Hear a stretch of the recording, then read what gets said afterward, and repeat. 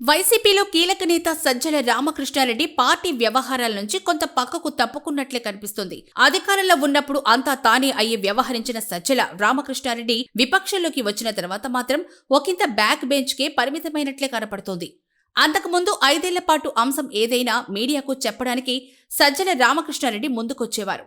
సమావేశాల్లో కూడా ఆయన పాల్గొనేవారు. జగన్ ఆదేశాలను అమలు చేసేందుకే తాను ఉన్నట్లుగా సజ్జల వ్యవహరించేవారు. అన్ని శాఖలు ఆయన గుప్పిట్లోనే ఉండేవి. మంత్రులు అనేక మంది ఉన్నప్పటికీ సకల శాఖల మంత్రిగా ఆయన చలామణి అయ్యేవారు. హోంశాఖ నుంచి అన్ని శాఖల్లో ఆయన చెప్పినట్లు జరగాల్సిందే. పోలీసుల బదిలీ నుంచి ఇతర ఉన్నతాధికారుల ట్రాన్స్ఫర్ వరకు ఆయన ఆదేశాలకు అనుగుణంగా చేయాల్సిందే. అందుకే సజ్జల రామకృష్ణారెడ్డిపై నాటి ప్రతిపక్ష తెలుగుదేశం, జనసేన అధినేతలు నేరుగా విమర్శలు చేసేవారు. తాము అధికారంలోకి వస్తే అప్పుడు చెబుతామని వార్నింగులు కూడా ఇచ్చారు.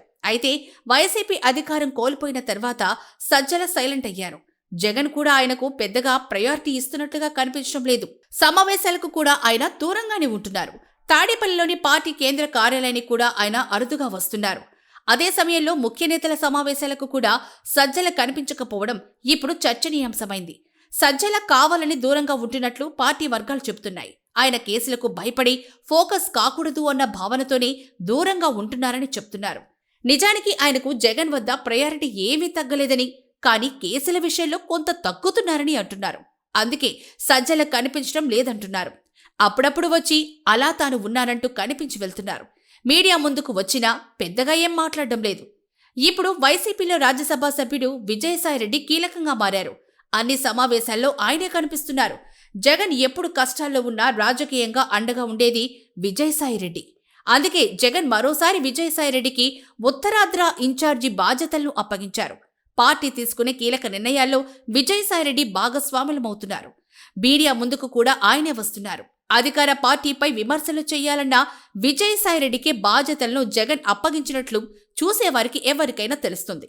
దీంతోపాటు శాసనమండలిలో నేతగా ఉన్న బొత్స సత్యనారాయణకు కూడా జగన్ ప్రయారిటీ ఇస్తున్నట్లే కనిపిస్తున్నారు.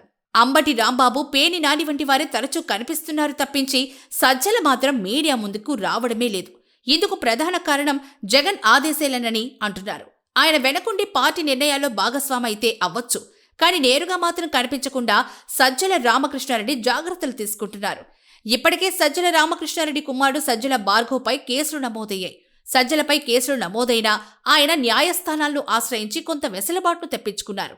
తాను, తన కుటుంబం అధికార పార్టీ నేతలకు టార్గెట్ కాకూడదు అన్న కారణంతోనే సజ్జల సైలెంట్గా ఉంటున్నారు అన్నది వైసీపీ వర్గాల నుంచి వస్తున్న టాక్. జగన్పై ఎన్ని ఆరోపణలు చేసినా, కాకినాడ పోర్టు వ్యవహారమైనా ఇంకొకటైనా దాన్ని ఖండించేందుకు మాత్రం సజ్జల రామకృష్ణారెడ్డి ముందుకు రావడం లేదన్నది పార్టీ నేతలే చెప్తున్నారు. అధికారంలో ఉన్నప్పుడు ఒంటి చేత్తో పార్టీని, నేతలను ఒక ఆటాడించిన సజ్జల ఇప్పుడు మాత్రం నేతలు చెప్పినట్లు తల ఆడించాల్సి రావడం విధిలిఖితమే. అదే రాజకీయాలంటే.